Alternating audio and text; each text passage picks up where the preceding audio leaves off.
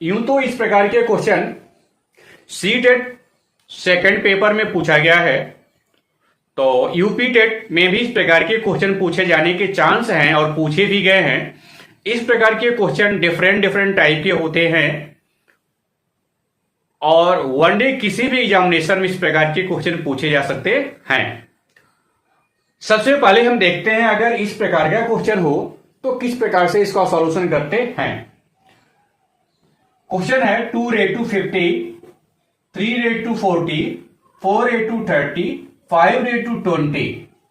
इसमें यह पूछा जाता है विच इज ग्रेटेस्ट, सबसे बड़ा कौन सा है, विच इज स्मॉलेस्ट, सबसे छोटा कौन सा है, या इसको हम how to arrange ascending order and descending order, means descending order और असेंडिंग ऑर्डर में भी राइट करने को पूछा जाता है।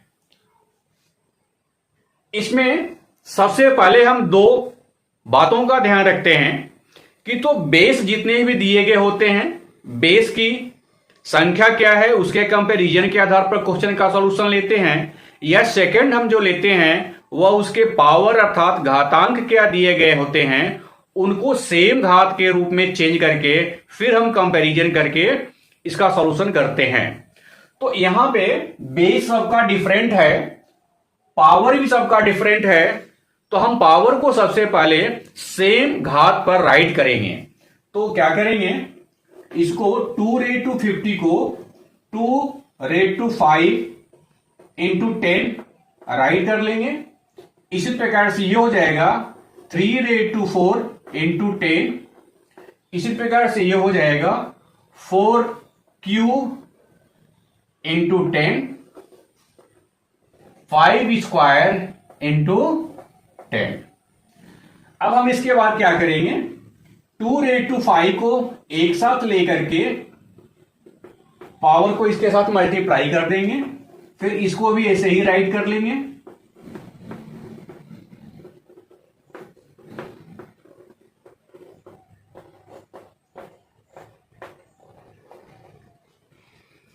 टू रेट टू 5 को हम सबसे पहले सिंप्लीफाई कर लेंगे, क्योंकि यहां पर सबका घात 10 हो चुका है, तो ये हो जाएगा 32 और इसका पावर 10 हो जाएगा रेट टू 10। 3 रेट टू 4 को हम सिंप्लीफाई करेंगे 81 rate to 10। 4 cube simplify will be 64 rate to 10। 5 square will be 25 rate to 10।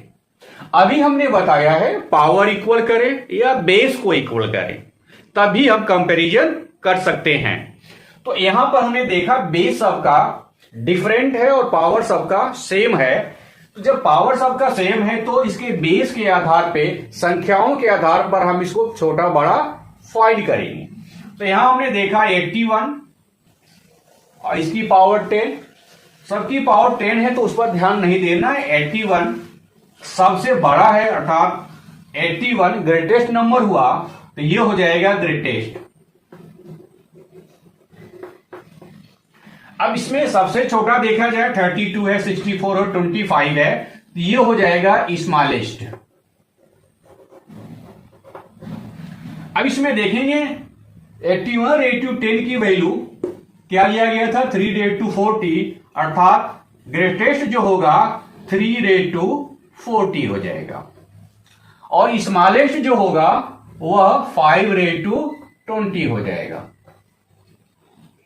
तो हमने देखा अगर ग्रेटेस्ट फाइंड करना है आंसर आएगा ये, स्मॉलेस्ट फाइंड करना है आंसर आएगा ये, बट अगर इसको असेंडिंग या डिसेंडिंग ऑर्डर में राइट करना है, अवरोही क्रम और आरोही क्रम, तो आरोही क्रम होता है स्मॉलेस्ट से बिगेस्ट की तरफ, तो हो जाएगा आरोही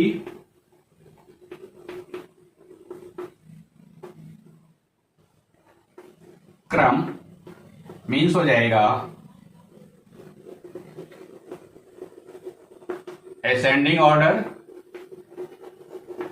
तो सबसे छोटा क्या है दिस, इसकी वैल्यू ये है, तो सबसे पहले हम इसको राइट कर लेंगे 5 रेट टू 20। यह किससे छोटा है जस्ट, अर्थात इससे बड़ा कौन सा है, तो ये है, इसकी वैल्यू क्या है 2 रेट टू 50, तो ये हम राइट कर लेंगे 2 रेट टू 50। अर्थात यह इससे छोटा है, अर्थात यह इससे बड़ा है। फिर यह जस्ट किससे छोटा है, तो इससे छोटा है, इसकी वैल्यू क्या है 4a to 30, तो यहां राइट कर लेंगे 4a to 30। और ग्रेटेस्ट हमें फाइंड हो चुका है 81 raised to 10, 93 raised to 40। तो इस प्रकार से यह जो सीक्वेंस फाइंड होता है वह आरोही क्रम अर्थात सबसे छोटे से सबसे बड़े क्रम में। तो आपका आंसर क्वेश्चन इस प्रकार से भी पूछा जा सकता है, अर्थात आंसर आप इस प्रकार से भी राइट कर सकते हैं। अगर अवरोही क्रम में लिखना है डिसेंडिंग ऑर्डर में, तो यह फर्स्ट हो जाएगा, उसके बाद ये, उसके बाद ये, उसके बाद ये। इस प्रकार आंसर हम निकाल सकते हैं।